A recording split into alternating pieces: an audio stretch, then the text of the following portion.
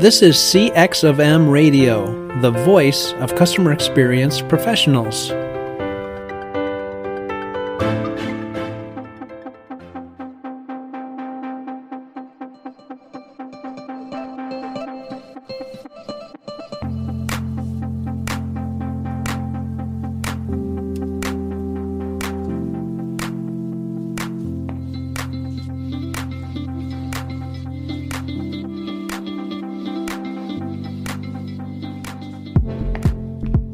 Hello, and welcome to another World of UX podcast. This is your host, Darren Hood. Thanks, everyone, for taking the time to join me on today.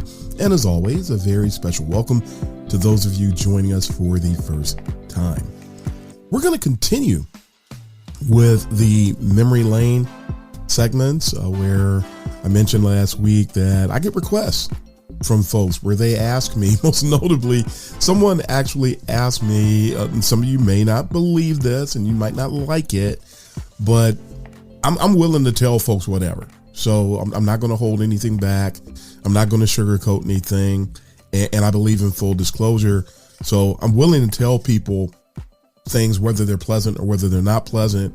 And I do find a practical perspective in everything that I hear. Some people say, oh, that's negative. No, it's not negative. It depends on how you frame it. If it's truth, I just want truth because I know the value of truth. And I know that you can always devise some type of a constructive action out of truth. So whether something might be a little uncomfortable, whether it might be unpleasant, whether it might be great, whether it might be comfortable, whether it might give you the warm fuzzies, it really doesn't matter what it is.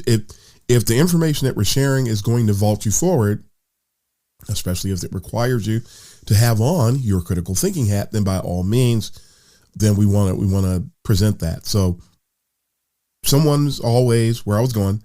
People will constantly ask me about things that I have experienced that are not so palatable, if you will, not so comfortable, not so reassuring.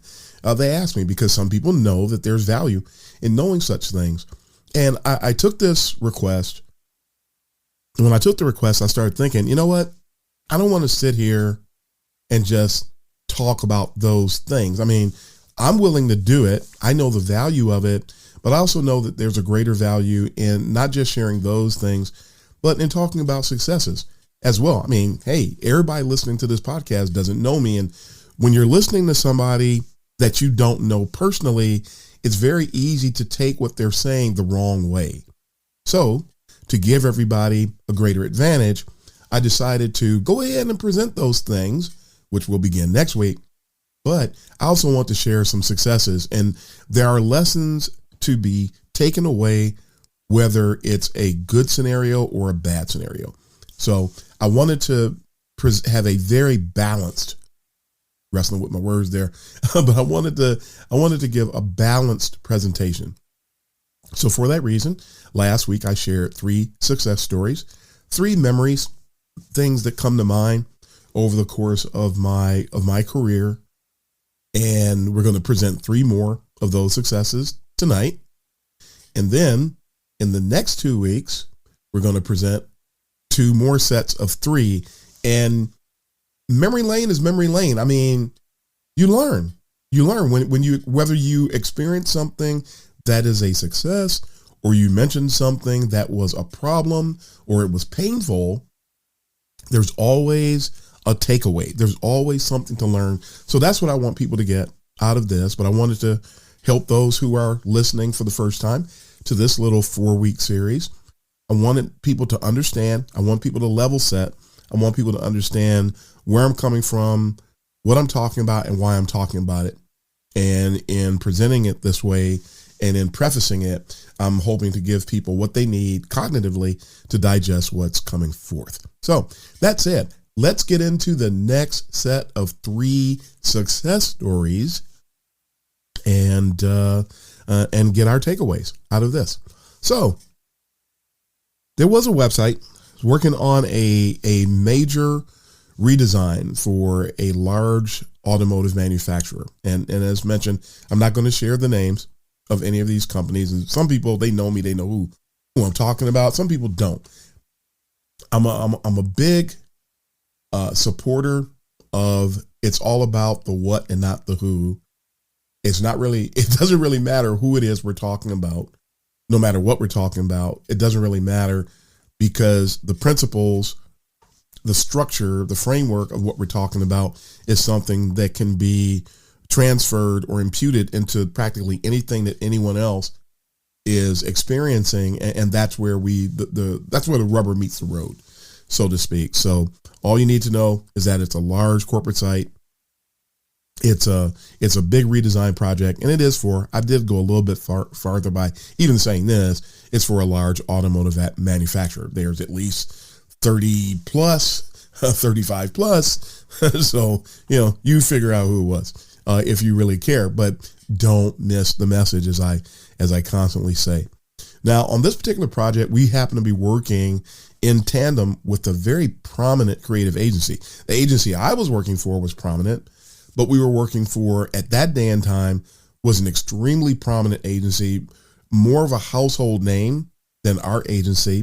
And this was a norm in an environment like that, because when you would do work at creative agencies, for those of you that have never worked in a creative agency, there are a lot of times where you don't have enough people to get the work done, and you have to contract outside help, either by hiring actual contractors or by bringing a third-party agency to come in and work with you on the project. It was something that we did pretty frequently in this environment, and the client didn't have an issue with it. We saw the need, we presented, the client's going to pay for it, so we got to run it by the client. But we got this prominent agency. And the one funny thing about agencies, again, for those of you who have never worked at or with an agency, especially large agencies, is that there's a lot of ego that's tied into working with agencies. And no matter how they came to be involved in your project, in a case such as this, you usually had to deal with the work and you had to deal with the ego. The mere fact that they were brought in, ego was going to be an issue. And I don't know why people didn't seem to be aware of that and seem to think that we were going to excel in our work in conjunction with that, because there ended up always being this competitive element associated with projects. Now, we did it often, but we didn't do it without problems. When you work with these folks, there's problems. So that's one thing I want to call out. So very normal arrangement to work like this, but it does come with its challenges. Just something else to keep in mind as I continue the story. Now, usually when working with a creative agency, another thing I want to make note about that weird dynamic is that not only were you dealing with ego, but these agencies also had an interest in staking a claim. If they came in, if they were brought in to help on the project and they would shine, then that increased the odds that they were going to be able to get additional business anytime they needed another third-party agency to come in and help out. So it's funny, we're on the front lines, but we're in this almost like a compromise situation that we have to try to make sure that we're striving to get the work done, but we have to make sure that we're working, that we're cooperating in a highly beneficial manner while not becoming victimized by what the third-party agency was doing. This is a norm, folks.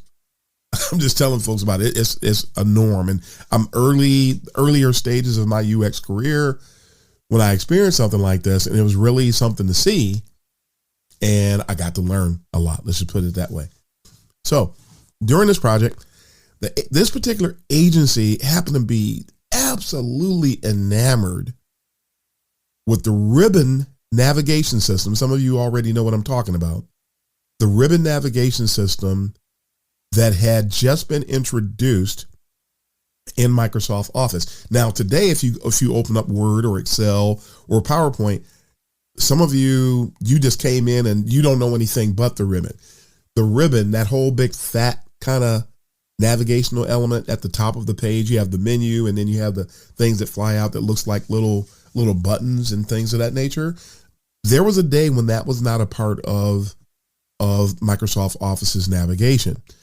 Well, this particular company, who happened to be very close to Microsoft at the time, hint, this particular company thought that it would be a win to take this navigational element that's in a software application. I know somebody's already laughing and you know where I'm going. They wanted to implement the ribbon on a .com. Can you imagine opening up a website and seeing the same navigational element for your regular website experience that looks like something from Microsoft Office? So here I am. They're making their pitch on using the ribbon.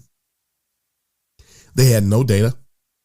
They had no heuristic support to believe that this was something that was worth our time, that it was something that was going to be feasible, that it was going to be workable. They not only did they never say anything about conducting any research, I never saw them lift their finger with regard to research at any time. Worst case scenario was what we were going to do, was take it to research. We would have found out. It would have failed on a website. That kind of thing just doesn't work on a website. And not only did we sort of give you a little bit of the end from the beginning, a tad, not only did this not get implemented, but you've never seen anything like it anywhere on the web. So if they ever tried to do it with anybody else, that didn't fly either. Well, this became a little bit of a challenge. And yes, this is almost like a mix. This is almost like it's just not a bad nightmare story, but it was a success at the end of the day, which is why I'm including it here. So no data, nothing heuristic that supported the idea that they were pitching, but they proposed it anyway. And I also had a partner. There were two of us that were assigned in-house to work on this project, and she happened to be out the day that they were doing this. So I'm pretty much, from a UX side, I'm by myself on this particular day. We have product owners.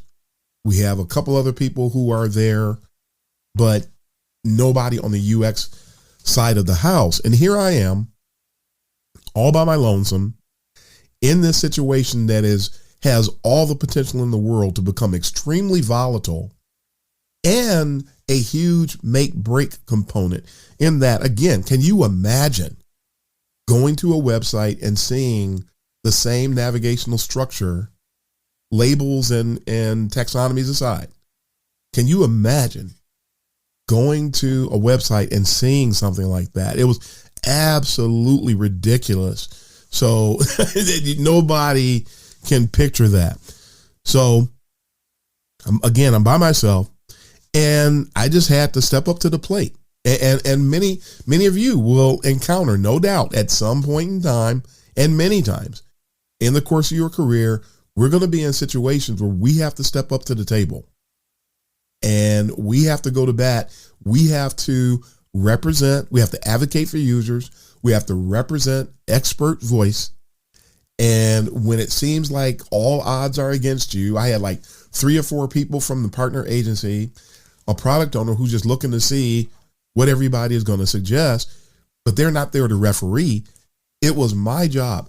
The company I worked at that time was very, very good at making sure that the UX people felt empowered, and they were really good at making sure that we knew that we owned the user experience. That's something that people don't experience a lot. I mean, anytime you try to do UX work, if your jurisdiction, if you will, if the level of your authority, if where you are, where you have autonomy and ownership, if those things are not clear, trying to get your work done is going to be tough because you don't know where to assert yourself, or better yet, you don't know where to assert yourself without consequences. And we're trying to not only, when we're doing UX work, we're not just doing the work, we're building relationships, we're managing relationships, we're trying to manage the UX maturity level, we're trying to accomplish a lot of things at the same time. It's not just the work, as I always say. So here I am, flying solo on this particular day. I mean, my partner wasn't aware, I wasn't aware. We were all blindsided by it, as a matter of fact. But I got up, I began to present reasons on the fly. No time to do regular UX research. something I keep hearing this buzzword, and that's a buzzword to me because people just bring it up and I'm like, did you really need to? I hear people talking about secondary research. I'm using the term a lot today too, but I hesitate to use it in many instances. I'm using it now because I'm communicating and I'm telling a story, but there's this really interesting thing that's happening in UX today. I've been saying since 2011 that UX is under siege, and that siege continues. And one of the things that UX siege, or is reflective of UX siege, is these people who are very, you have the fake it till you make it crowd, number one. Then you have the buzzword centric folks where almost everything that comes out of their mouth is a buzzword. They're addicted to processes. Once you've done UX for X amount of time, you're not paying attention to a process, folks. Especially if you worked at multiple places, that will completely strip you of any dedication you have to a process. Because as soon as you go to another company, the chances, especially today, the chances of that company doing things differently than what you've been exposed to is off the charts. So being buried into or over invested in a certain process is bad. It's not going to help you to get the work done, bottom line. But I hear people talking about these buzzwords.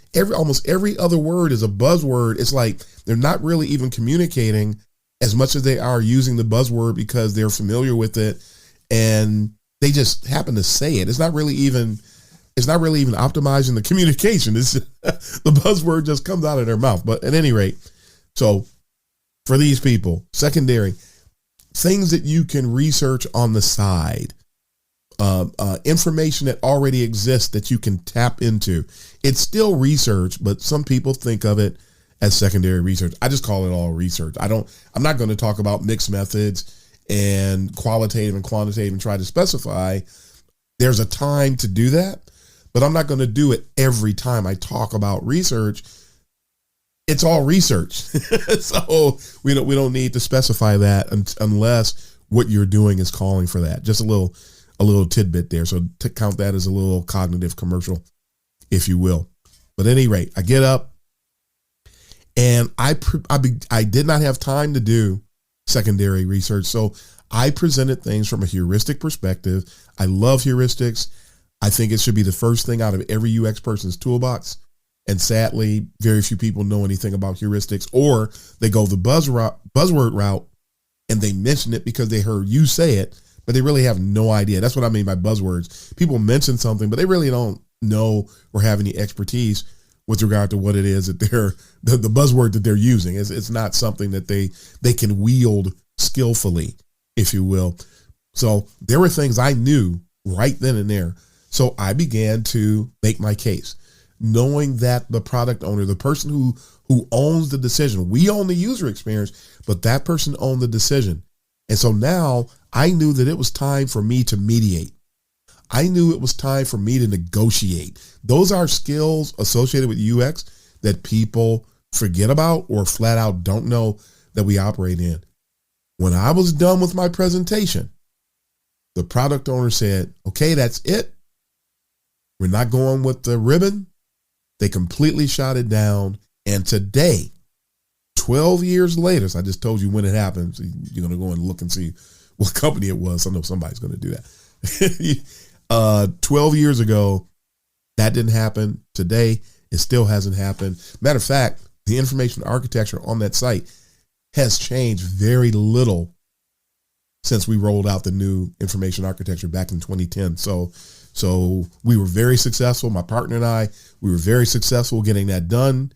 And to this day, not many changes at all because we nailed it. But you will not see a ribbon. So this success story has to do with negotiation. It has to do with presentation. It has to do with mediation. It has to do with making sure that we advocate for users, that we're looking out for the best of the business, the best interest of the business, I should say. And a lot of UXers don't do that. Matter of fact, a lot of people in UX today are nothing more than order takers, especially people with the title of product designer. A lot of product designers are just order takers.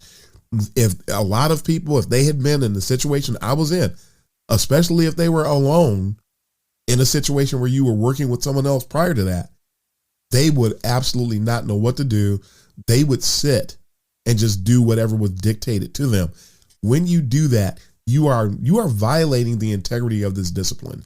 We are not order takers. Never, ever, ever forget that, and make sure that you have what you need to advocate for users the right way, and look out for and seek the best interest of the business the entire time you're putting together that user experience. So that is success story number 1 for today. Success story number 2. Now, this one's involved. It involves a situation where I was working for a company. We were doing work for a large, I guess you could call them an industrial client. And I was brought in as a CX manager, customer experience manager. And one of the reasons that I was brought in was because none of the other CX managers knew anything about user experience. And the company thought that it would be in their best interest to bring in somebody who knew something from the other side of the experience design house. So I was brought in to help drive CX, but from a more holistic perspective. And some of the things that they were addressing were digital in nature. And in some cases, they were digital plus process. And so that's why I was brought in. So I came in. Again, we're basically consultants, and we're servicing this very large industrial client. And I was the first person on the team, again, that had a UX background. Now, I was excited about the position, as we all usually are when we start a position, and we have on rose-colored glasses, whether we want to face that or not. And I did not realize that I was coming into a volatile situation, because I was the paradigm shift. I represented a paradigm shift that was going to take place in this organization, a paradigm shift that folks weren't ready for. And I wasn't thinking about it because I was so happy that I was there that I just simply wasn't thinking about anything. And just to throw a little bit of slight nightmarish elements in there, when I started, the week after I started, 2 of the people that interviewed with me, 2 of the people that sold me on wanting to come to this company, because I'm like, wow, these are really great people. And I know that finding great people to work with is tough. There's a lot of weird coworkers out here, a lot of weird folks. I just say it, in corporate America, around the world, period, not just America, but there's a lot of people. They're buried in self-interest. They're narcissists, abound in corporate workspaces, psychopaths. There's a lot of things that can make your work experience go south in a hurry. And unfortunately, that happened to me in this particular situation.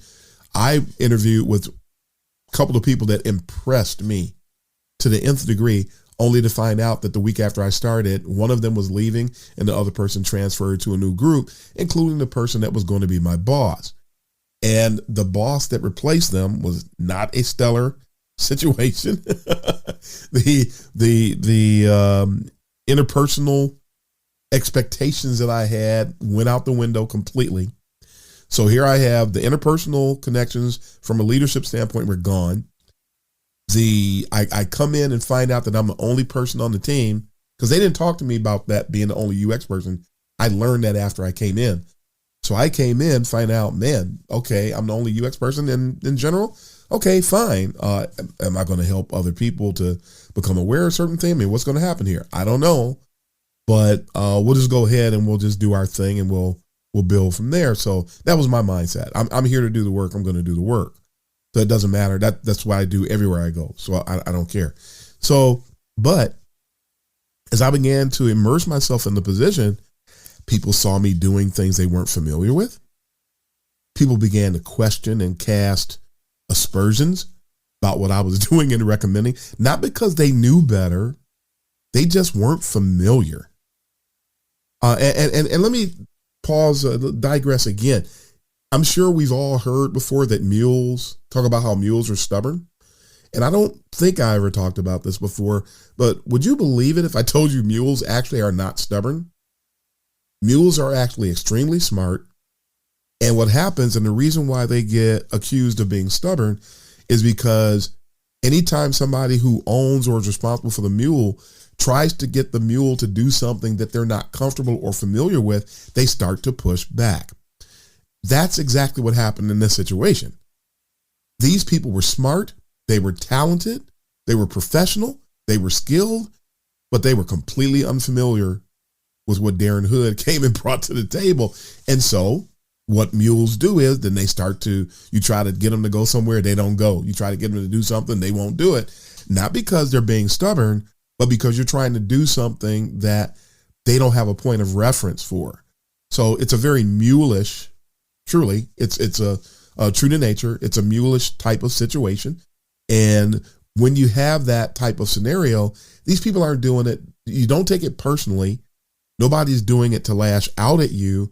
They just don't understand what in the world is going on. So again, they began to question, they began to cast aspersions. And now here I am, like in the crossfire between the other CX managers, my new manager, who was trying to turn me into somebody that I wasn't. I mean, it was really becoming uncomfortable. On top of that, people found out that I could do visual design, and everybody wanted me to do their PowerPoint presentation, to the point that I had the nickname. I gave it to myself because I didn't like it. But I began to refer to myself as the king of PowerPoint. And I told my boss several times, this is not what I want to do. This is not why I came here. This should be this. An intern can do this. Why am I? Everybody loved what I did with the PowerPoint presentations. They wanted their PowerPoints to look good. So I was being inundated with PowerPoint presentations. I was willing to do it because it helped the team. But on the other hand, it was very, very, it wasn't satisfying. It was intrinsically destructive, if you will. So, and I kept saying, I'm the king of PowerPoint. And I guess he was laughing. I wasn't laughing. Every time I said it, I wasn't laughing. I was trying to let him know this can't continue. We have to do something about this. But that message never got through. So at any rate, so it's funny. I would assure them that what I was doing, these are going to work out fine. I didn't, other than demonstrating it in front of them with the client and with our end users, I didn't have any data to prove anything. I basically had to ask them, but at the end of the day, I couldn't not do it because I knew that it was the right thing to do. And I had to ask them to trust me. That it's a professional courtesy to ask somebody to trust you. I've actually been chewed out for asking somebody to trust me before, when it actually that's the way that conversation goes when you know what you're doing and you don't have you're not talking to your kids. You can't make people do something. So you have to try to make some type of an appeal in certain settings. And I found that professional people will respond to your appeal, and people that are not professional will turn it into something else. That's what I have learned over the course of my years. But again, I assured them things would work out. And until we got a chance to present these things to the client and implement, there was not going to be any concrete data. They knew that as well. And I'm like, okay, we come out of these little meetings and I'm going to keep going forward. I'm not going to change what I'm doing simply because they're not familiar. Now, this is the underlying lesson, as I've been giving you these little morals of the story with each of these. When you know what you're doing, you must stay the course. When you know what the outcome is going to be, you have to be steadfast. You cannot find yourself backing off of something that you know to do, that's the right thing to do. You cannot back off simply because somebody is uncomfortable, because somebody is not familiar. And when you work with people who are narcissistic, when you work with people that are gaslighters, when you work with people that are control freaks, that is a tough thing to do. I was fortunate in this case that I was able to keep going forward without experiencing anything that was going to cause me to backtrack or do something less than what I knew was the right thing to do. I knew that it was going to work, and I continued to go forward. I mean, it's the only thing that I can say at that time. And once we got to that point, I figured we'll have the assurances. They'll see that what I was talking about was accurate. I will have earned the trust of the team at that point. And so again, the exhortation at this point is to maintain your course, so to speak. So the day came to present my assessment, my recommendations, where we were overhauling their customer service, and I was making changes to the interface. I was making changes to the process, and some people saw my presentation before we went before the client, and I don't know about that, Darren. I don't know if we should do that, Darren. Oh, Darren, they're not used to this and they're not used to that. When you are a user experience professional, especially when you have a lot of experience, we live inside of people's heads. And that was something that they weren't familiar with. We live inside of people's heads, and I knew what was going to happen. So I did my presentation. When the presentation was over, not only did the client do the equivalent of backflips, not only was the client ecstatic, happy, and excited about the potential of implementing what I had presented, not only that, but the team, when they saw that the client could relate to what I was talking about, when the client was able to finish talking about the expectations, if you implement this, here are the 4 things that are likely to happen in these environments based on what we know about the personas of the people who are working in these areas. They're going to receive it because of X, Y, and Z. I have been doing all type of research with the team to understand. I wasn't just pulling these things out of my rear.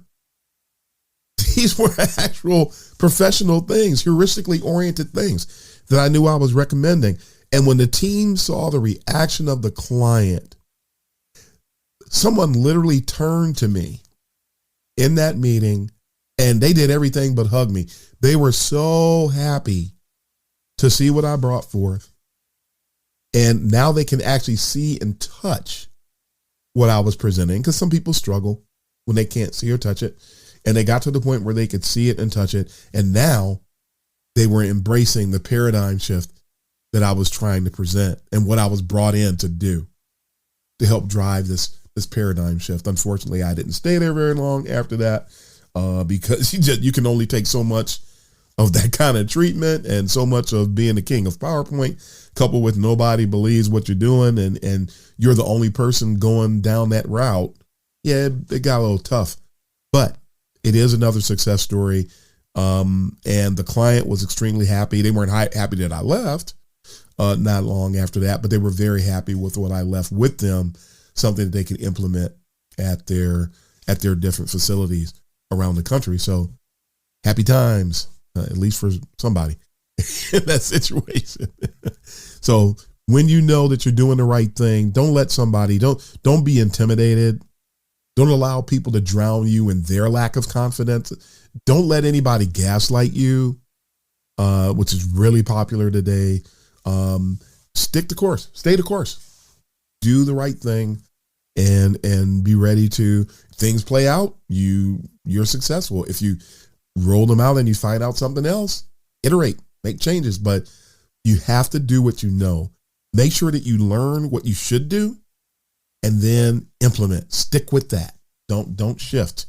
There's a lot of people void of confidence today, and they believe in fake it till you make it. That's not only is it selfish, but it's highly destructive, and it does a lot of damage to the perception of the discipline.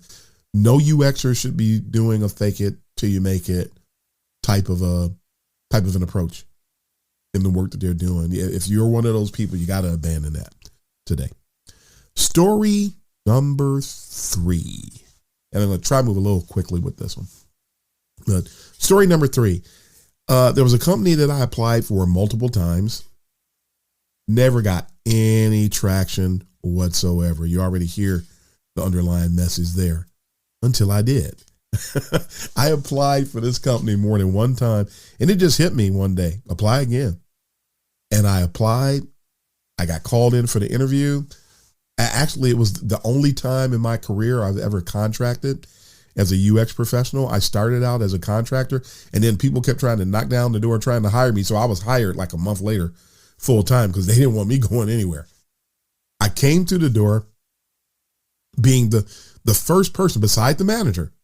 I was the first person that they hired that had prior UX experience in corporate spaces. The other people that's actually where I began to formulate the posers, retrofits, and upstarts. This is where I got an understanding of it, because when I came aboard, there were people that were retrofits. There were people who were hired straight out of college.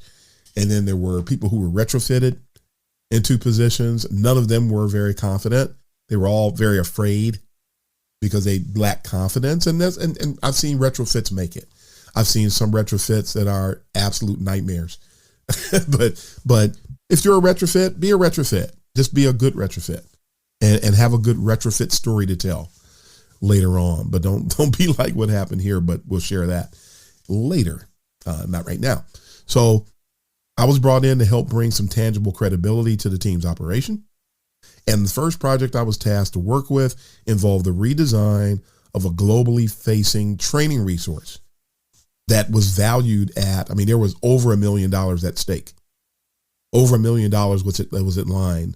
Matter of fact, in 2 of the 3 projects that I mentioned today, there was multi-million dollars in the first project that I was talking about. And there was a good 1.5 mil associated with this project that I'm talking about now. I don't know the dollar figure associated with the other one, so I can't really say. But they were invested enough in it. I know that. So the first project that I was tasked to do, again, redesigning a globally facing training resource. The company had just come out of bankruptcy, and leadership was not yet sold on UX. They didn't know what to expect from UX. Somebody sold them enough to get the team going, but retrofits, they didn't want to pay anybody. I was brought in as a contractor. Everybody else was full time, but they weren't ready to invest in UX, and they didn't know what they were going to get out of it. So they handed me this. I came through the door. They handed me this project. And knowing this was a redesign, the very first thing that I did was to conduct a very thorough heuristic analysis. When I was done, I produced a report that was about 45 pages long, 45 pages of heuristic findings with roughly 3, 4, 5 findings per page. You do the math. So we're talking about at least somewhere in the vicinity of 175 to 200 findings that I came away with in that particular report. I was asked to present to the team, which I was more than happy to do. And what they didn't tell me, however, when I went to present this to the team on a conference call, was that the C-suite was on the line. They wanted to hear what this new UX guy had to say about this training resource, which is one of the biggest at that organization at the time. Well, I was very deliberate, which I normally tend to do when I'm doing a presentation. I fielded questions as I went. I walked through all of the findings. I closed. I shared my report with the attendees. Now, shortly after this meeting was over, I received feedback pretty quick that one of the C-suite people was quoted as saying, "That's what UX can do for us." They were sold. And I found out that the presentation was a huge success, to the extent that our team, we received funding. They now supported UX, and they expected to get that kind of an ROI from an impact perspective out of everybody else that came through the door, basically. But our team more than doubled. I want to say that it actually tripled in size in that particular location after that. So a lot of great things happened. That resource was deployed. It's still top-notch type of application of its type. I'm not going to share what it is or who it is that was behind it. But it was a huge, huge success. And the team received funding. A little bit of a nightmare, I'll go ahead and throw this in here, was that, the team doubled, almost tripled in size, but the people that were brought in were not real UX folks. And I became a marked man. So nobody realized that some of those people got their jobs basically because of what I did, and the team was being supported because of what I did, but that's not how I was treated. So That became a very short-lived scenario. We'll get into the nightmares next week. I guess I'm chomping at the bit to share those with you. But I'm going to say this tonight as we get ready to wrap up, is that there may be nightmares, but I'm always laughing. People who know me know that I'm always smiling. There's no depressed person hidden behind that smile. That's me. I'm going to move forward no matter what. And I encourage other people to do the same at all times. I hope that you found these success stories enlightening. I hope they encourage you. I hope they reinforce your fortitude. That's what we want to do in sharing these. I was up against a lot of opposition in each one of these success stories. I was dealing with a lot of backlash in each one of these stories.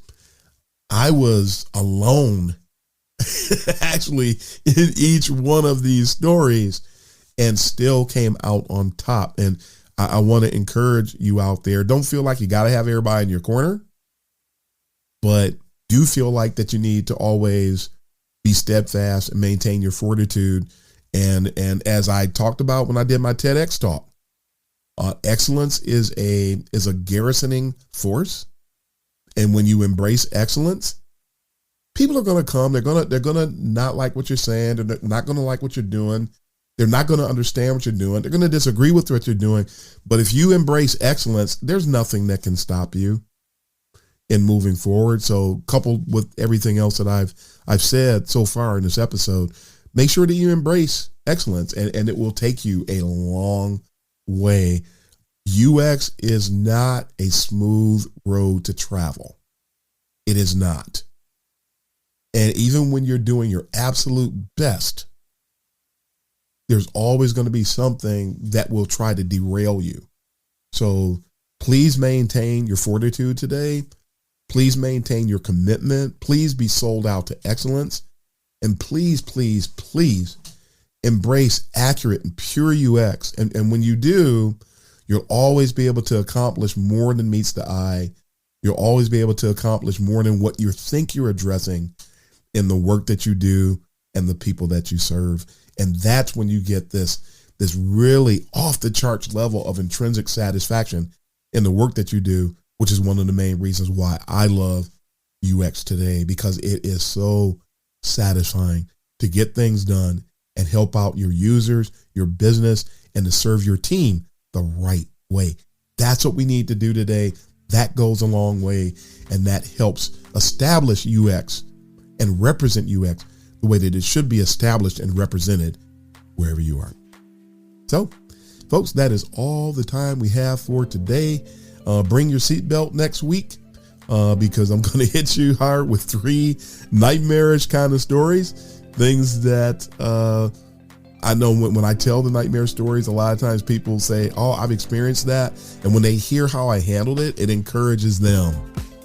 If you're one of those people that's in the market for toxic positivity, you're not going to want to listen to that, because I'm not selling any of that today, because that's very destructive and it's misleading and is flat out disrespectful. And we're not here to disrespect you today. We're here to build you up and respect you. So I hope everybody appreciates and understands that. So that's all the time we have for today, folks. So until next time, this is the host of The World of UX, Darren Hood, signing off. Happy UXing, everybody.